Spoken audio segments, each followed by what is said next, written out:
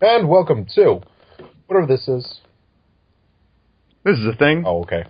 This is our Game of the Year 2014. So this is our list of our top 10 Game of the Years, plus shit ton of honorable mentions from two of us. So, if you don't know, my name's KJHG53, Mr. Dunn, Mr. Dot underscore Dot. The Dunster. The Dunster. The Rave Master. The other three don't care, or the other three don't matter. The other voices don't really matter. There's Jekka-kun. He will be speaking first. There's the steam-powered stove. He will talk at some point. There is our lowly Demon Lord. He will speak, and he give his list thoughts. And then there's me. Once again, I'll be speaking twice. Because I speak for the word of God, Knuckles. So, how this is going to work is we're going to give our list of honorable mentions of games that came out in 2014. Some of us have, kind of personal rules as to what is allowed, not allowed on our list. Remakes are, for at least myself and Jack, are not allowed on the list. So things like Pokemon Omega Ruby, The Last of Us Remastered, Tomb Raider Definitive Edition, stuff like that.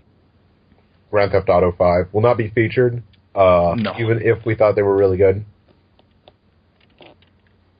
And mainly it has to be something that was released in 2014. That is considered new content. Yes. Or a port that you did not like previously play, and I'm putting that asterisk in for one of my honorable mentions. So many addendums. Oh, this is our top games list. It's let's cut for some reason, and we'll do our honorable mentions. For some reason, our most professional list. Yes. Honorable mentions. I have 7 honorables. All right. Because Landon and I both thought, don't restart now, do it later. Fucking computer telling me when to fucking restart for updates. Fuck off. Anyway.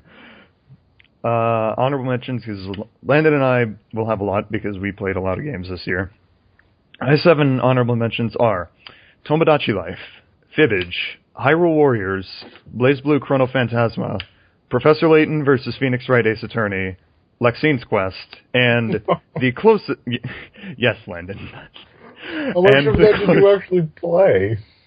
Like, a little bit more. Okay, you actually played it. Yeah, and closest to the top 10, but not quite, is Donkey Kong Country Tropical Freeze. So wait, does that mean Lexine's Quest was number 2? The rest of them were just kind of not in an order.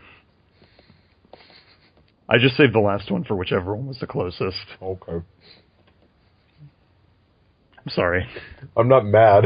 I'm going to be laughing. Oh, that's right. I forgot. I have 5 honorable mentions, not 4. All right. Go Cloud now. Okay, so my honorable mentions are going from bottom to top. Fibbage, I'm putting Pokemon Omega Ruby Alpha Sapphire here. Lexine's Quest, Mighty Gunvolt, and, oh my god, I don't even know if I can pronounce this correctly. Lennen Reiritsu. What the fuck? Why do I have to play Japanese games? Reactivate Majestical Imperial. It's like some Toho-style shmup or something. I don't know. It was really pretty and really fun. Apparently it came out like this spring. Okay, Justin. Last spring. What am I talking about? It's like the middle of January. It's the middle of January. It's Justin's turn. Oh. I'd like to say why Unity isn't part of my honorable mention. You're allowed to. Go. And it's because it's the worst piece of shit I've ever played this year. Because there are horrible bugs. I don't care what any particular entertainment that game might provide, because it's shit.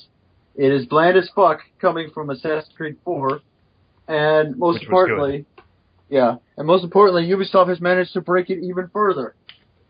I mean, for those that don't know, at least on the PC anyway, there is a patch that is released that causes all visible water to flicker like the fucking street is full of fucking strobe lights. God help you if you fall in the ocean, because you will be blinded to death by that shit. Blinded by the light. Anyway, honorable mentions are, in no particular order, Freedom Wars, Hatsune Miku, Project Diva F2nd, Risk of Rain, Freedom Planet, Lexine's Quest, and Hyperdimension Neptunia, Producing Perfection. Okay, Landon. Hey, I've played the game the most. It's true. Get the giggles out, Landon. I can't. At some point, I want, like, honest opinions on Lexine's Quest. I don't want... Okay. I'm sorry. I just wanted to give mention to it, because it's like, it's not like... I mean, like, I played it, and I enjoyed it, so, you know, that's something. That matters. If you like it or not. Like, I've gotten, like, almost no feedback, and that's kind of why I've stopped making the game. I'll give you more feedback when I play more than 3 hours. Yes. Okay. So, my honorable mentions, I don't really have an order to this.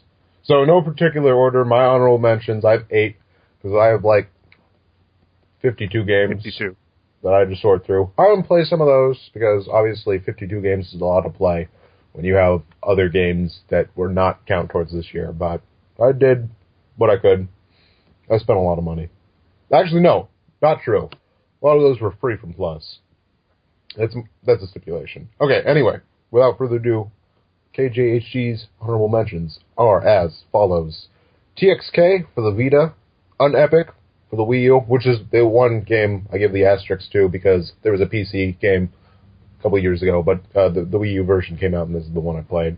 Kirby Triple Deluxe for the 3DS, Velocity 2X for the PS4/Vita, specifically the Vita version because I didn't care too much about the controls on the PS4 version, Tomodachi Life, Infamous Second Son, Fantasy Life, and Tesla Grand for the Wii U. All right, cool. All right.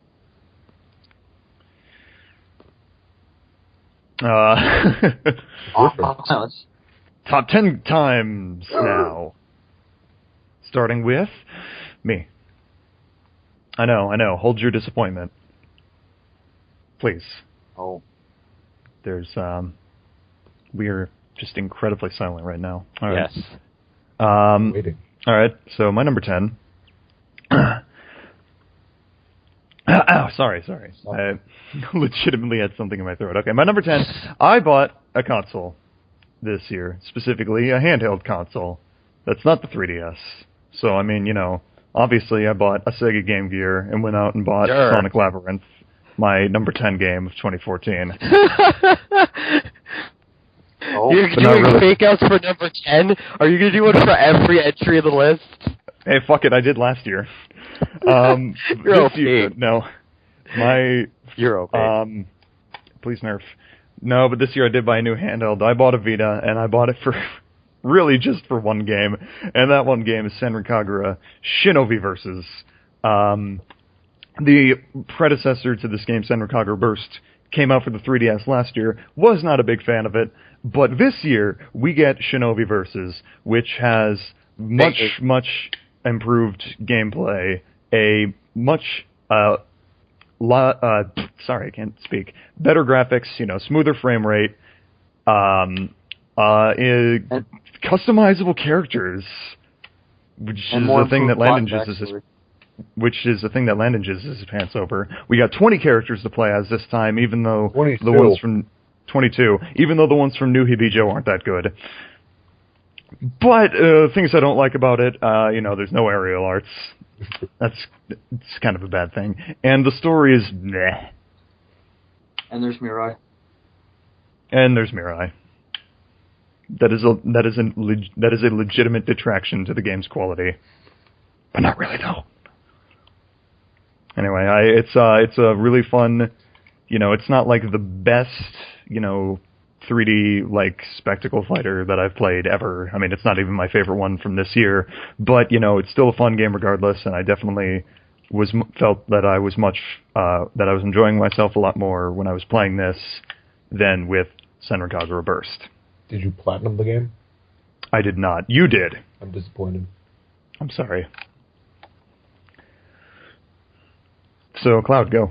All right, my number 10 is Hatsune Miku Project Diva F2, which is the sequel to, I don't even remember what fucking number it was on my list last year. I only had 7 games last year. I improved this I'm not year. even sure. It wasn't even on your list last year because you didn't play the first one until this year. Yeah. No, it wasn't. Really? Yeah. Last year you had 2 Toho games, Mighty Switch Force, Neptunia, Pokemon, Fire Emblem, and one other game that I don't remember. It wasn't Hatsune Miku, though.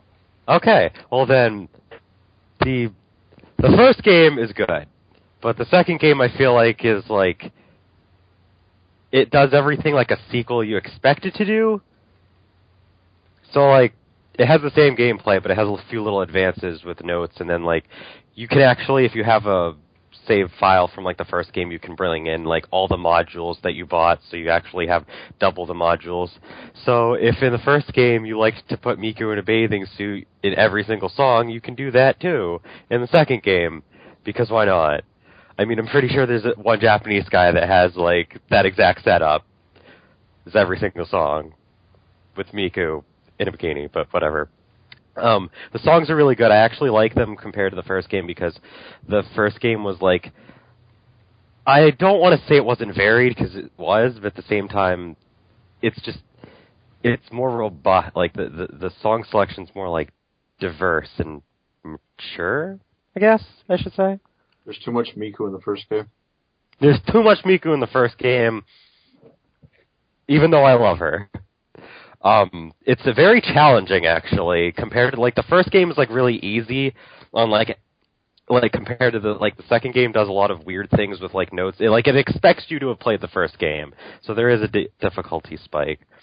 But the presentation for, like, the PVs that play in the background is really, really cool. Like, there's, like, some really trippy and, like story-like visuals to each one. There's also, like, some other modes that I fiddled around with in the first game, and they carried them over, but I didn't really check on them. But I assume, but they are basically the same. Like, you can go to, like, diva rooms and, like, bond with the characters or whatever. But it's a fun game. I like it, and yeah, that's about all I had to say. I wasn't sure how to close that one up. Justin, please, it's your turn. I guess. Anyway, my number 10 is Watch Dogs. Watch Dogs? Sure, why not? Although you don't get to play as a Shiva, so I'm a little disappointed.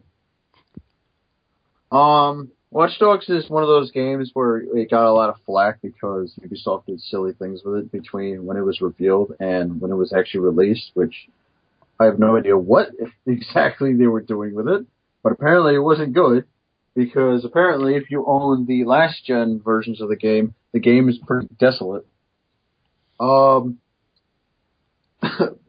Like, I'm the kind of guy that kind of look away from all that kind of bias and just kind of look at what the game has to offer at its core anyway. I thought it was okay. It wasn't amazing like it originally was displayed as, which is kind of what hooked me in.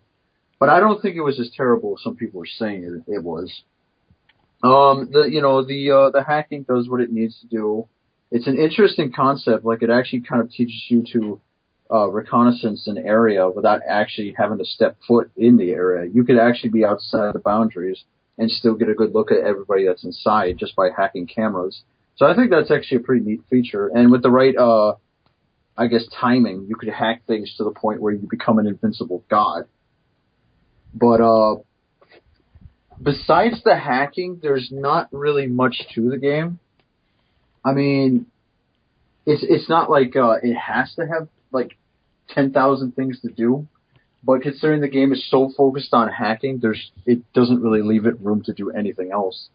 The gunplay is pretty good, but it's pretty much a standard for most of these kind of sandbox games. The driving is a tad awkward, probably because Ubisoft doesn't really mess with cars that much. And overall, obviously the best feature is the hacking because that's what it was built for. But yeah, good game, at least for my standards. Not really much to do outside of all the hacking stuff. So that's pretty much why I have it as number 10. Okay. My number 10 is Conception 2 for the 3DS. It was also on the Vita, but I didn't play the Vita version. Played the 3DS version. Conception 2 is... How do I want to describe it? Waifu simulator? You conceive things. You conceive... Yeah. It's Children. pretty good. You're the hero. You're the god's gift. You are the main hero. You're the main character. And then you go around with your women, and you do sort of like Persona 4 style visual novel type sections where you raise your Social links. social links, or your relationship status between the girls, and then you can go into dungeons and fight monsters, but with one of the girls out of the 7. But you can also make babies. You make star children with the girls, and lewd scenes happen. Lewd. Which they don't hide at all. My heart. Yes. With 7 Wait. Is good stuff. Wait, is there actually naked tits? It's a giant silhouette. No. But they do put them in stuff like Doggy Style, and they actually put them up Forever. against. They actually do put them up against a wall and shit. Yeah, no, it's like lewd sex scenes. Oh. Yeah, but it's you don't get to see any of it, but it's super lewd. It's Jack will be buying this game. And it's playing 70s porn music. yeah, it's really raunchy, Gary White shit. Nice. Yeah, it's great. No, but besides that, the story elements when you're going and talking to the girls, I really enjoy. I enjoy the story more than the actual gameplay. Dungeon exploring got kind of tedious after a while, considering that there's just they just keep tossing floors on, and you don't want to bother fighting monsters because they barely give you any experience, except for a couple that actually give you a decent amount of experience. Is it just all one dungeon that keeps adding floors and floors onto it? No, it's different dungeons, but they just the size of the dungeons get bigger and bigger. Because that's what. That's what. Yeah, Persona 3. It's not Persona. Persona. Okay, I was gonna say because Persona 3 does that, and Tartarus is kind of boring. No, it's not. It's not like that. No. But I just found the dungeon exploring aspect is for me personally was not as good. But some of the boss fights are pretty good. The fighting, it's good because there's an auto skip mode. So if you're not really feeling it, you can just have the gameplay itself. So there's that. But some of the boss fights are actually pretty fun. But I enjoy the story aspect more. The guy going through and learning about each of the girls and sort of building a relationship with all of them. And the overarching story about God's gift protecting the world, destroying all the evil in the world. Yeah, it's pretty good. It's one of the only 3DS games on my list. It's true facts. Not including honorable mentions. So yeah, I rate 8 out of 8. GG. Great bait, mate. Too much water. GG. Oh. 7.8. 7.8. Too much hate. Too much hate. Too much hate. Not enough great. for right. IGN's cons, too much great, not enough hate. Not too much. Too much great. Move on, you fucktard. That was pretty late. All right, shut up. Number 9. My number 9 is Guilty Gear Zard, or Zerd, or Xrd, or however the fuck you pronounce it. I don't know. Zerd. The game, the title screen guy calls it Zard, and I'm just like, that ain't right. I call it Zerd. But, Guilty Gear Zard! Oh, okay. But no, it's like the reason it's like the first like direct sequel that a Guilty Gear game has in like 11 years, I think, was when Guilty Gear XX came out. And it's just like also the first time in a while they haven't made just another, Guilty Gear XX expansion. But, it's just like, this game has, it's like the same, great gameplay that X and XX had. It's like, it's an Arc System Works game, so, the gameplay is bound to be good. The art style in this game is absolutely amazing. I want to say that all of the sprites are hand-drawn, but I'm not sure. They look good enough to be hand-drawn because the art style in this game is beautiful. I played it on the PS4, by the way, so that's a thing. I really like the new characters. There's a story mode, which is, as opposed to just like every character having their own like little story in an arcade mode in the last games. And the reason why I put it here on my top 10 as opposed to Chrono Phantasma is because Chrono Phantasma, while, it's a great new BlazBlue game, and, I love BlazBlue, graphically, because it was exclusive to the PS3, graphically, it feels like really, really similar to Continuum Shift Extend, because I'm pretty sure it uses the same graphics engine. But, so, it feels kind of samey in that regard. I mean, there are new characters and other things and new character designs, but Guilty Gear, just really, really fun traditional fighting game. Don't like how they took out some of and by some I mean a lot of the characters from the last edition of Guilty Gear XX, specifically Bridget, which is a questionable removal. Bridget's kind of one of the most popular characters. I don't know why they got rid of him, but yeah, it's... Oh, and really, really good soundtrack, too. I love the music in the game. And that's it.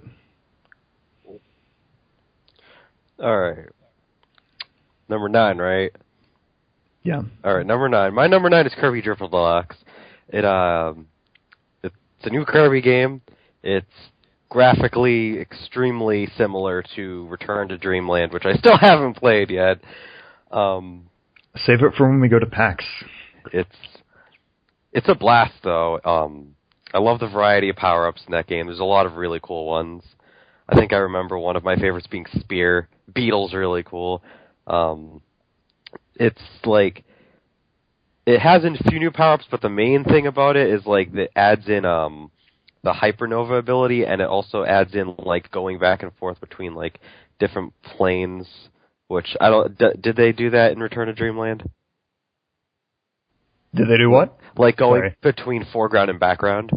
A little bit. Not too much, though. They do it heavy, hardcore in this game, and it's kind of cool. It's basically, they're doing it kind of like how Donkey Kong Country Returns did that like a lot, or whatever, because that was like a huge feature to that game. But it's really cool. It's a new Kirby game, You also can unlock a DDD mode where you get to play as King DDD. Which is, DDD Tour? DDD Tour, that's the name of it.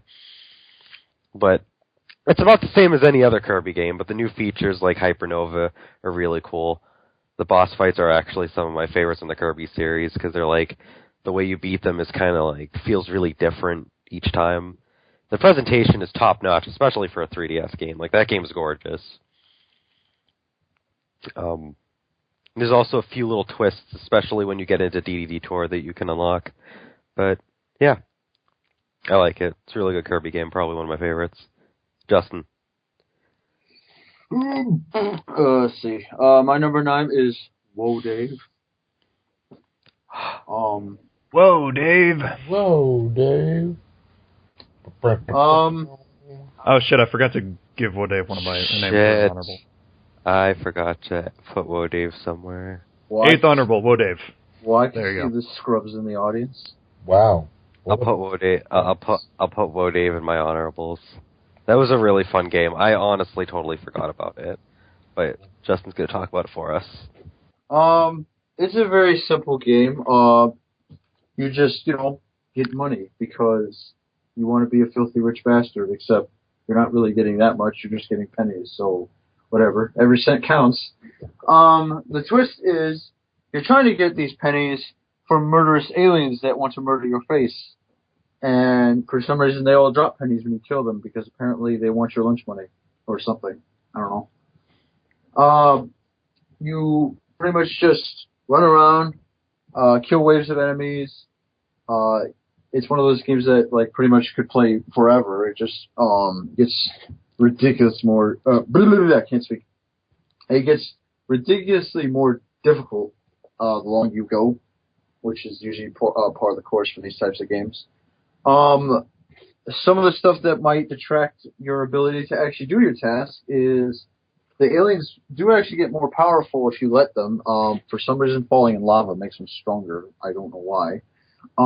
And also, yeah, the lava plays a role in the sense that, you know, you don't want to touch it because you die. And Don't touch it! That's not fun. There are wool blocks that you can use, which is essentially your, get out of the shit fest ability. Throw a wool block anywhere on, the ground and everything just explodes and dies. Don't throw wool blocks into the lava. That's a bad idea. Unless you're going for an achievement, then go ahead. But, yeah, so basically you just, throw eggs at people because the eggs are the aliens, and, I don't know, apparently they don't like having eggs thrown at them. Maybe they're allergic.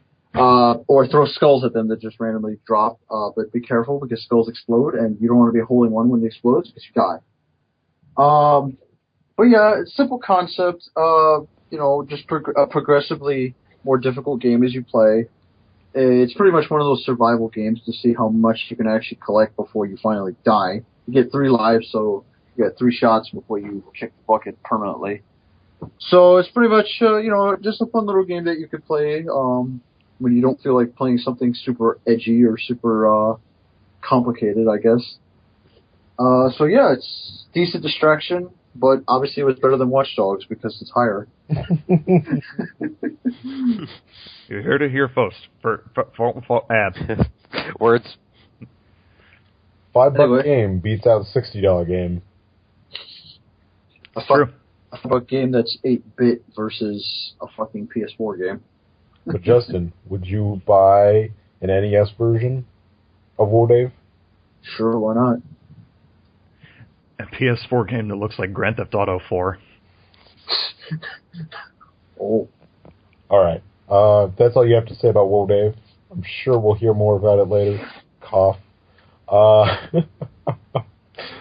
My number 9 is, that's the number we're on apparently, is Freedom Wars for the Vita. Freedom Wars was, when I was looking at, Vita games, before I had a Vita, I was like, hey, if they bring that over, I might buy that, because that looks good, actually. Actually, yeah. No, service. Like, how many Vita games just look like poop? Like Borderlands 2, it looked like poop. Is Borderlands 2 your number 1 game of the year? Spoilers. Anyway.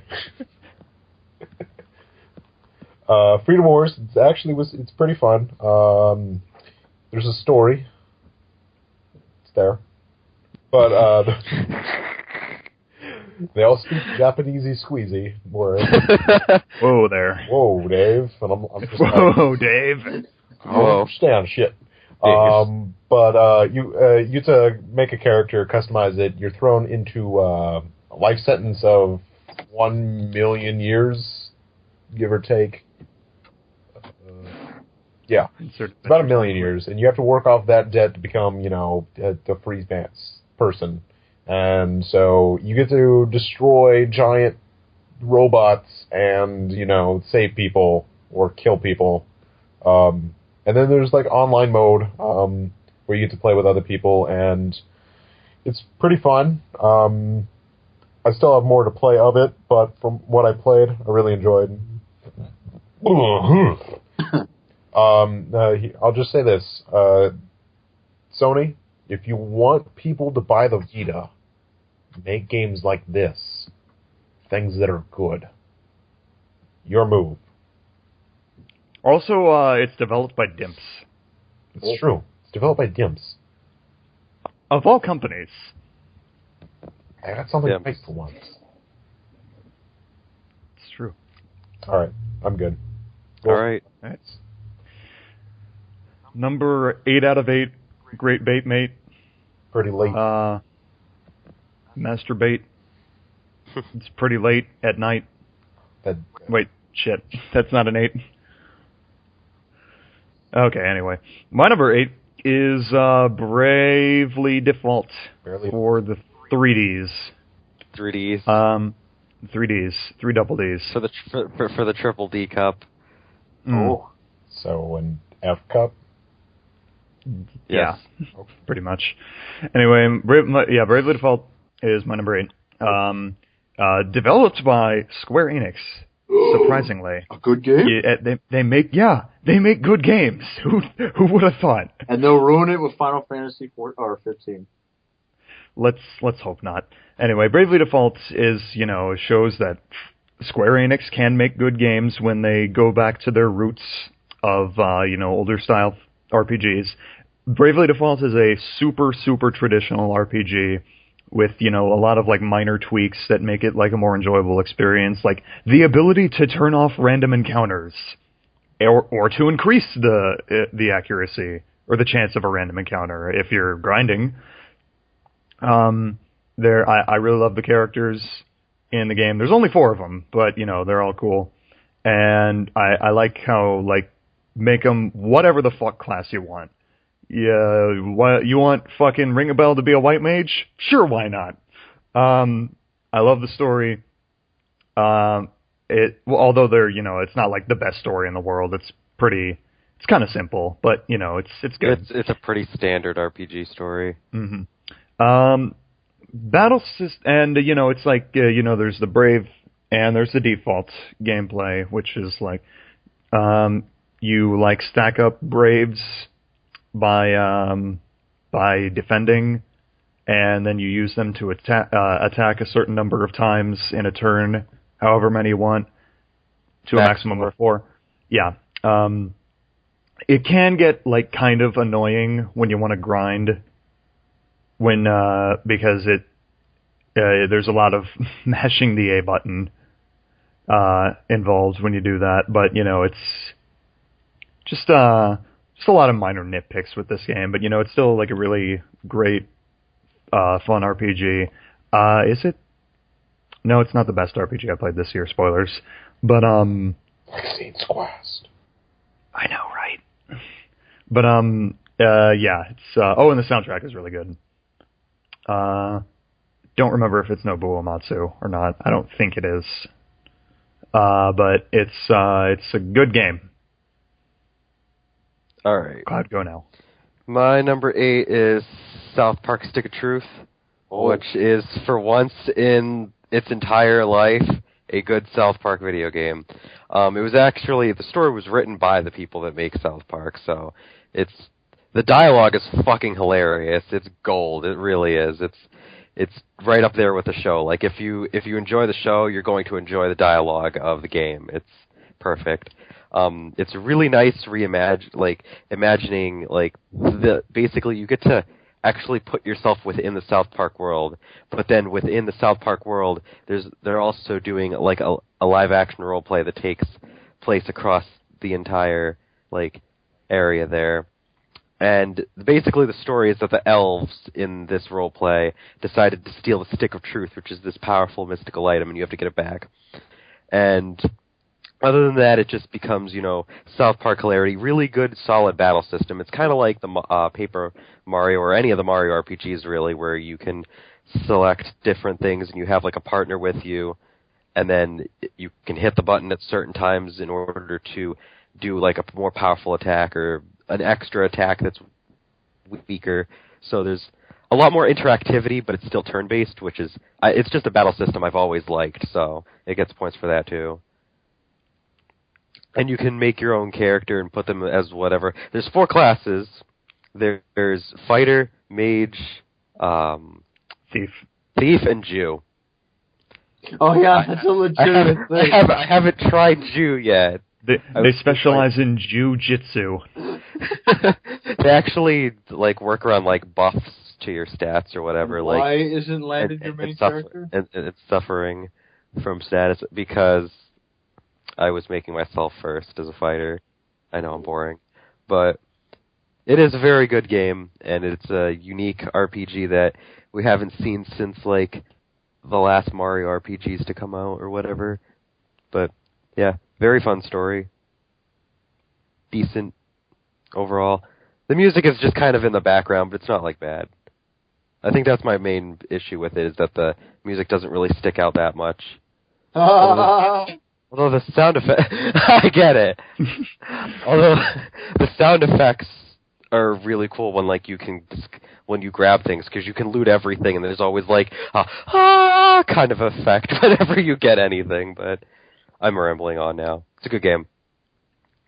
I would have given it like an honorable mention just because, like, you know, if you didn't know otherwise, it looks exactly like an episode of South Park. I thought that's what happened when my roommate Julian was like, "Hey, I actually saw him playing a game." I was like, "Oh, I thought you were watching South Park." He was like, "No, I got this game." But I was almost going to give it an honorable mention just for the cutscenes, but I haven't played it, so. All right, Justin, number 8. I guess. My number 8, me and Landon are going to do some baby making, I guess, because mine is also a conception too. Tee.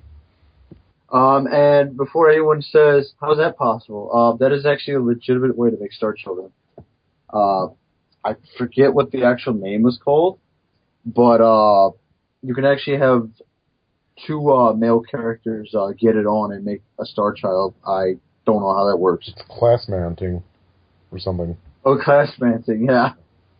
That's so stupid. But since Landon pretty much said most of the basic shit, I guess I'll go over what he didn't talk about. Like, your star children are actually affected by, depending on what kind of affection level you have with the girls. If you have poop for affection, your children are going to cap at a very poop level. And sometimes you have a random chance of getting a genius child, which is rare, where you can always tell because their thing will be all sparkly and special, like they are. And they will automatically be at 99. So you want to keep as many genius children as you can because they are infinitely more OP than everybody else. What do you call it? What else is, there's also something called trimating, which is exactly as it sounds. You have a threesome. There's 3. I was gonna say, is that really? Oh my gosh. Which is very useful for me. God. Which is very useful for me because, you know, in case, your obvious choice for ultimate waifu forever is Narika in a bikini. It's true. True facts. Sometimes, unfortunately, I sometimes two-time a bit with my other waifu, Erin Fitzgerald, Fine.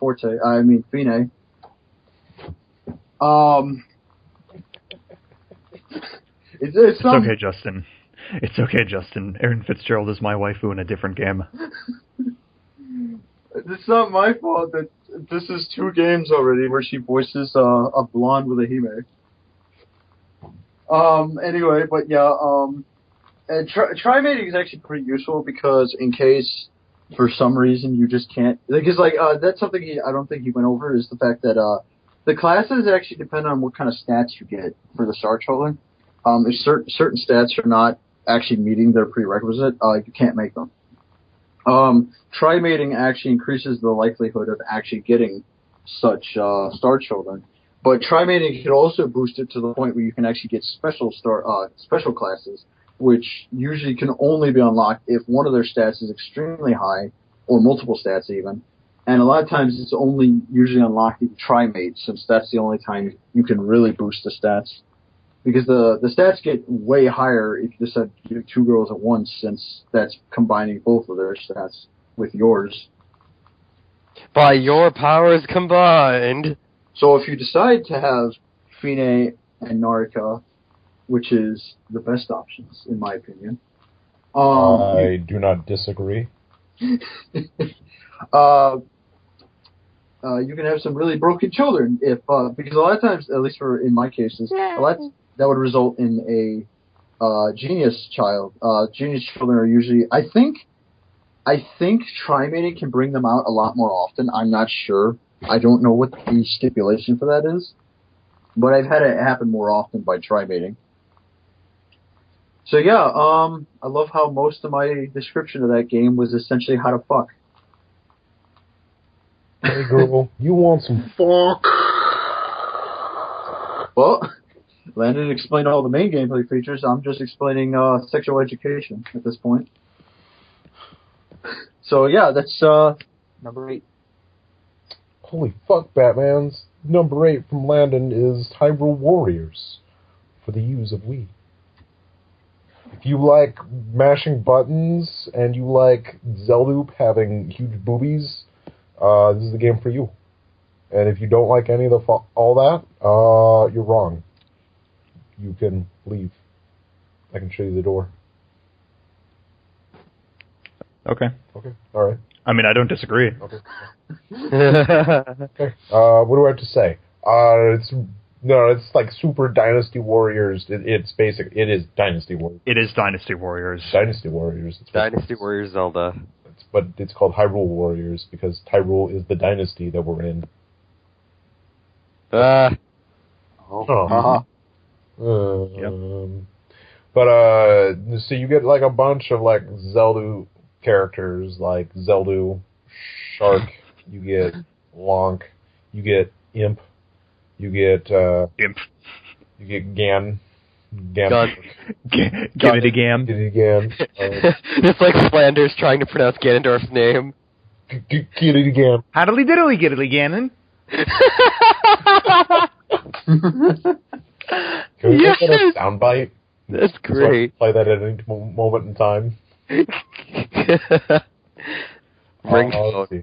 What else? There's a bunch of characters, and DLC gives more, like Tingle's coming up from Majora's Mask. I want to be able to play as the moon. Oh. I mean, that's how like out there this game is, because there's like, fuck, you play as fucking what's like Agatha from Twilight Princess, and one of her moves is to summon a giant beetle. Oh. So that's the thing. But no, like this game, it's like full of Zelda references and Zelda themed stuff and lots of Zelda, and basically it made me want to play a real Zelda game. And I think it's good because, like, hey, like it got me super hyped for Zelda games, and like, so I'm ready for actual Zelda Wii U. So that's good. The story mode is pretty good. The story itself is kind of, I don't know how it compares to the Dynasty Warrior stories, but it's murder-tastic. Yeah, it's murder-tastic. It's there, kind of.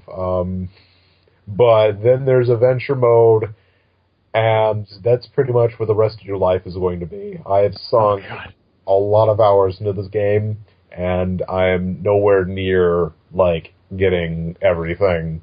And I don't know if I'll ever get everything. I don't think anyone will. I don't think. Like, I don't know if someone could get everything in Dragon Quest IX, and that which took them like 700 hours to do. There's probably going to be some crazy person who's going to try on 100% Hyrule Warriors. All I know is whatever. I don't think there's nothing more that can hype you for Majora's Mask 3D than Postman Link. It's true. I don't think there is anything that'll hype me more than.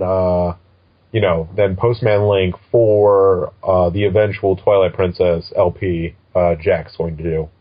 That's true. I'm going to do that sometime in the future. Yeah, so Postman Link is best skin. That's just fact. Unfortunately, there's no Groose DLC. No, Groose. I know! That pisses me off so much. Groose would be like, he's my like second like most wanted character right after the Majora's Mask Moon.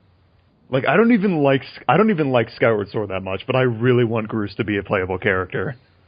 I think because you don't like Skyward Sword, they're not going to make Groose a playable character. I think that's Do I have to like Skyward Sword? Yeah. Is that what you're saying? But how can you honestly choose Tingle over Groose? because Tingle has been in more games. He's been in 2. More than that. Well, more than that. But the two that people care about. People like Tingle for whatever reason. In Japan, people like Tingle. Because he's a man child. And it's funny when they always try to like shove Tingle at us, like they know we don't care about Tingle like their Japanese crowd does, but they're always like, guys, please love Tingle. It's okay. We put effort into this guy. The best part of Wind Waker U is they removed the need of him. Isn't Tingle like 34? I know he's in his 30s, but I forget how he's like that old. He's like old. I think he's like 31 in Majora's Mask. I don't know. 35. 35? Is that for all games? That's what the Zelda Wiki says. Okay. And I don't know if it's for all games. I mean, for all we know, the one in Wind Waker is because, Wind Waker is in a different timeline than Majora's Mask. So I would assume that, he's 35 in all games. And he's also in the Oracle games. So that's a different timeline. Mm-hmm. So, that's a different timeline. I'm like, what the fuck? But no, Hyrule Warriors is really good. Gameplay-wise, it's mash buttons until you win. It gets hard for some of the missions, and then you're just like, well, why can't I just use Master Sword Link? Because that's easy mode. But if you want to unlock shit, you have to use those other characters. Oh. Yeah. I'm curious, who is your favorite character to play as? Who is...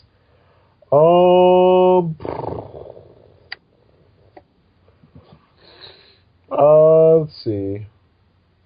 I like... Zelda's alright. Impa is pretty good. Agatha's pretty decent. Some of the newer ones I haven't used too much. I might have to go with Rapier's Zelda, since I've used her a bunch, and she's pretty good. Or Lana, I actually like too. I don't know, man. Can I like pass and like I'll do one later. Least favorite. Fuck. Why is it Darunia? Darunia's not bad. He's not great, but he's not bad. All right, let's try not to make this video 5 years long. Go. We're already at 42 minutes. All right, 7s. All right. My number 7 is Kirby Triple Deluxe for the Nintendo 3DS. It's a traditional Kirby game, and I really, really like it. I think this is like top tier Kirby. There's some neat new power ups. I like the level aesthetics. It's really, really good looking game, and I think I want to say it's better than Return to Dreamland. Actually, I at least enjoyed this one more. But like a lot of traditional Kirby games, it doesn't really do a whole lot to stray itself from the regular Kirby formula, which is a lot of problem that a lot of Kirby games have. Kirby is either straight to the formula with not too much change, or so completely different. Falls off the wall different. Like Mass Attack or can't. Yes, thanks Sakurai. Thanks Mashed Potato Samurai. Oh, okay. Anyway, I don't even think Sakurai worked on this game. No, he hasn't been with Kirby since like Air Ride. So yeah, so there you go. Just look at the menus. Exactly. That's it. All right, my number 7 is actually Hyrule Warriors. Also, well, not his is 8, but mine's 7, so they're kind of close together. Basically, most of what Landon said, it's a Dynasty Warriors game, but it has everything Zelda. So if you like Zelda, and you like a lot of things about Zelda, and you want them all mashed into a game that you can mindlessly play, then this is the game for you. It's also really cool because you can do co-op, and one person will play on the gamepad while the other person gets the TV, which I played a lot of that co-op. It's really fun. I like that there's like a mission-based system to the game, because like the last time I played Dynasty Warriors, it was mostly just a straightforward capture all of the bases and then go fight the enemy boss. And the fact that there's actually a mission system for every level where you have to like do specific things makes it a little, changes things a little bit. I like that there's gadgets, because that's something that I didn't really see like implemented that much into like the actual Dynasty Warriors games, is that you have like gadgets that you can use, and you have to use certain ones in order to defeat certain enemies. I love the boomerang, by the way. I just love chucking that shit, stunning everybody, and then just like comboing the crap out of them. My favorite character is Rapier Zelda, by the way, although I do like Link. I like the fact that he gets an 8-bit sword and shield combo. Like that's one of my favorite things. I tried Ganondorf. He's cool. Lana's really, really fun. I just used her more so because I thought she was cute, but the fact that she summons the Great Deku Tree is really cool. Then there's Adventure Mode, which Landon ended up mentioning, where you basically get to go like on the overworld map of The Legend of Zelda, and you get to go screen by screen, and then you go into like the Dynasty Warriors style fights. You can get items and shit like that, which is really cool. And then you can use Amiibo interactivity to unlock certain items, like you can get like a spinner that you can just like surf along, other cool things. Overall, it's a fun game. Very, very mindless, though. And it's Dynasty Warriors. If you don't like Dynasty Warriors, then you probably won't like this. But it gets by having all the Zelda references. Okay. Tag back in. Okay. I remembered who my favorite is. It has to be Lana with her tomes, because the cube. Done. Okay. Okay. Oh, wait, also, what is your favorite sound? And just not just music, not just like sound effects, but anything in the game. And why is it? Oh, you mean it's not the sound effect when Zelda fires her light arrow? Oh, no, it has to be. But it sounds like because they play it all the time. They do. It's like, I get it. I'm accomplishing things in the game. Thanks. I don't need to know this every 15 seconds. Alright, Justin, number 7.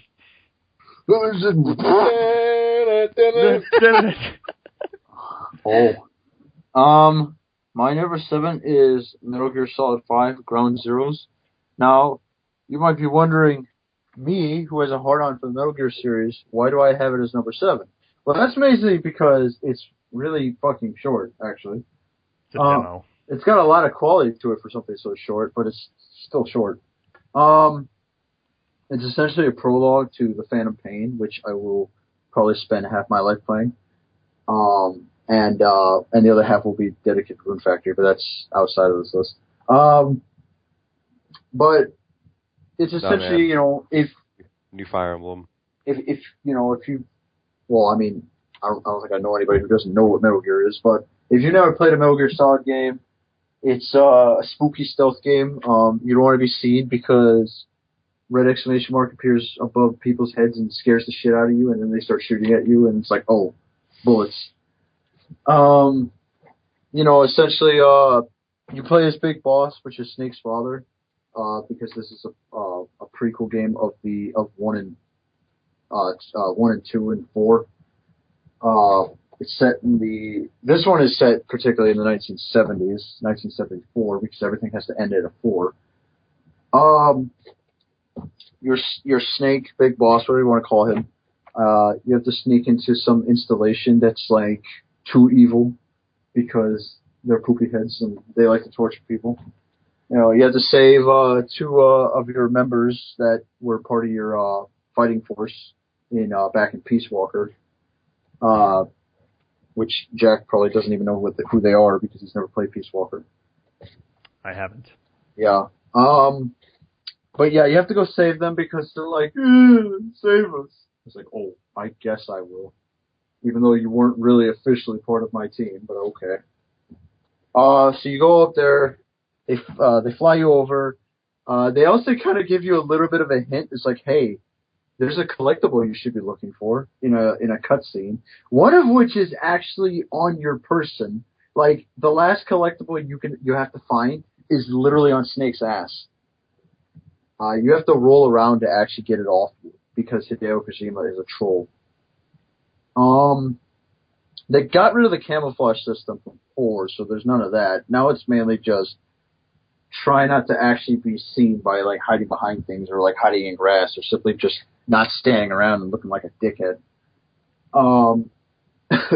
The game, as per usual, gives you a better rank if you actually do it without killing anybody. That doesn't mean you can't punch the shit out of people or put them to sleep with a tranquilizer dart. Just don't kill anyone and don't get spotted. Huh? Justin? I know it's like, are you just going to tell us everything that the game's about? Oh, maybe. But besides, I guess I should get into other thing.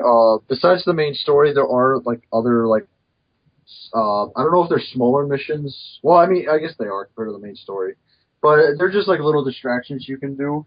2 of them are actually they used to be console exclusive, but there was a patch that actually made it available for both systems, so I'm actually pleased with that.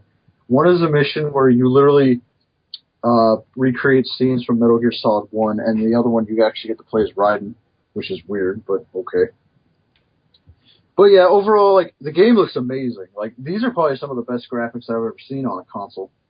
Like, goddamn, like, every fucking, like, Kojima has, like, an obsession with screws for some reason. Like, you can see every little bit of, like, screw detail on, like, a gun. So, that's insane. Like, the metal textures and everything look really good. The only fault of this game that I can see, it has horrible, horrible pop-in. I don't know if that's because it's the only way he could have kept it at 60 frames without it dropping horribly, but there is very, very noticeable pop-in, and it's not even that far away. Anything within 3 feet of you will actually just pop right in. I don't know why. But anyway, despite the fact it's only a prologue, it is still a good game in my opinion. You get a bonus if you played it. If you start up Phantom Pain and it detects Ground Zero's save data, so that's always good. And yeah, it is Metal Gear, so that automatically means it's sexy as hell. Well, that took 7 minutes. Sorry. Holy shit. Okay. So what are we on, number 7? 7. Okay. I forgot because it took 7 minutes for that last. Very good at I was trying to secretly remind you. Oh. Okay. My number 7 is Mario Kart 8 for Wii U. What? Ah! That's awfully low. Or is it? Please tell us about your game. Mario Kart 8. Why is it not 8 out of 8 Mario Kart 8? If you want me to move it down, Masturbate. I can do that. No, just go. Just fucking continue. Okay, well, it's Mario Kart 8. I masturbate to good your game, hate. solid. Lots of lens flare everywhere. There's a Sunshine Airport, great map. The DLC added Super Nintendo Rainbow Road, so it becomes like another really good Mario Kart game. And no, they did a really good job with all the graphics. The reason why it's not the one reason, but the major flaw with this is it's not Double Dash. That's number 1. Number 2 is Battle Mode. Battle Mode's poop tier, like really bad, like super bad. Like it's garbage. Is it Super Pooper Scooping? It is not even Super Pooper Scooper because Super Pooper Scoopers are just legend. You've got me there. God damn you. Touche, no. Good sir. Jolly good show. It's good for the kart racing, and yeah, that's it. Also, nothing else. Koopalings. I throw in one. I only need 1 Koopaling. I don't need all 20. And make it Roy. Make it Roy. Because Roy's our boy. Please stop. Okay, good, go. Number 6. My number 6 is fucking. You know what? It's fucking. Never mind. I'll mention it. Jack's 6th favorite game of the year is fucking. You know, it was almost my number. I'm not gonna lie, Mario Kart 8 was almost my number 6 before. Anyway, my number 6 is Transistor for the PS4. Can I go as well now too? Is Transistor your number 6? Yeah, if 7 comes after 6. Fuck it, let's both do it now. Transistor. What? I'll say this about my list. Transistor's my PS4 Game of the Year. Me too. Okay. So Transistor, Anyway. PS4 Game of the Year. GG no re. Yep. Transistor is a game developed by fucking Supergiant Games. They did Bastion. They did Bastion. And this game is like, you play as like this woman who lost her voice, and there's a sword that talks to you, and you like fight enemies by using like this time stop Strategy RPG. strategy RPG. Well, I wouldn't call it. Well, it's kind of strategy, It is. but it's like you use like time stop shit to fight enemies, and that's really cool.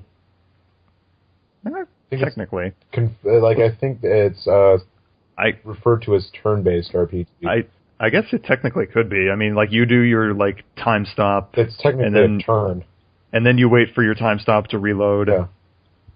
So yeah, I guess it could be. Especially, have you played the final boss? No. Oh, okay. Because there it is, super turn-based. I won't spoil too much, but it's basically turn-based. Anyway,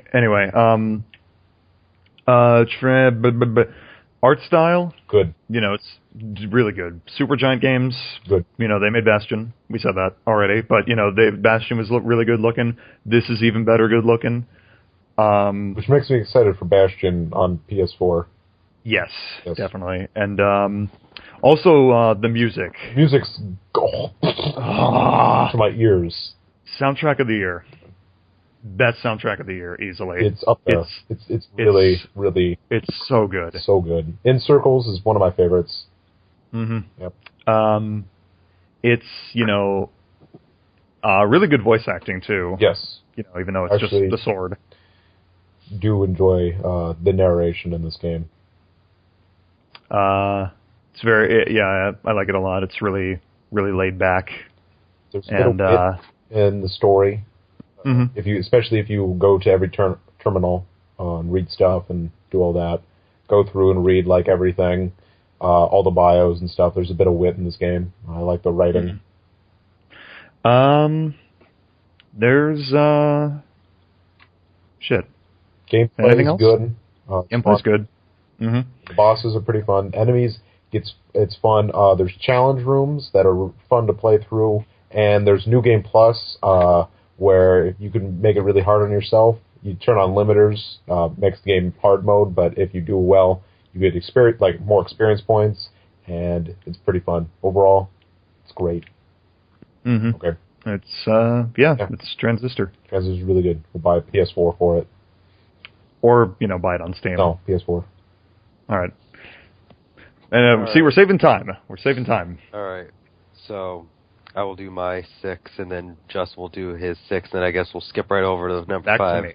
Yep. All right. So my number 6 is Bravely Default for 3Ds. Basically, what Jack was saying about it, it's a very solid turn-based, old-school style RPG. If you played Final Fantasy 3 or 4 DS remakes, it takes a lot of inspiration from them, and also Four Warriors of Light. I didn't play that one, though. I heard that there was a lot of stuff taken from that game, though. The main attraction is inside of the battle system, the Brave and Default systems, which Jack was explaining. You can either do extra attacks by braving, or you can defend and get points to stock up for extra braving later by using Default. And you can do, all sorts of... What I like about Bravely Default is that there's a lot of RPGs that do the whole class-based system where you can just pick whatever class you want, but usually you just get some sort of item that gives you the class, or there's some sort of blessing from a crystal like Final Fantasy 3 did, and you got groups of classes at some point. But in order to unlock classes in Bravely Default, you actually fight a boss that is that class called an Asterisk, I believe, and you win that class change from them, which is a really cool dynamic because you actually get to earn all of your classes by fighting what you'd basically be able to become. The story is basically your standard thing, 4 heroes have to gather together, and the main reason is because of Anyas, who's your typical typical RPG, but it has little changes about it that make it good. And my mic headset is so bad right now. All right. I don't even know if like you guys heard half of what I said because my headset. I heard it just sound really far away after a while. It was weird, yeah. But yeah, that's basically all I want to say about Bravely Default. Excellent music. I like that it's kind of gives you a little bit of freedom earlier on in the game, unlike some RPGs, and the traditionalness with a little bit of the new stuff like Jack said, there's the random encounter change that you can do, which is like baby steps. Adding on to what works. It's a good idea. Want more games like that. Justin. My number 6 is Infamous Second Son. I've actually played I played all of the Infamous games. So, I've got a lot of experience with the series, although it's mostly with Cole, because that's who it was following for most of the time.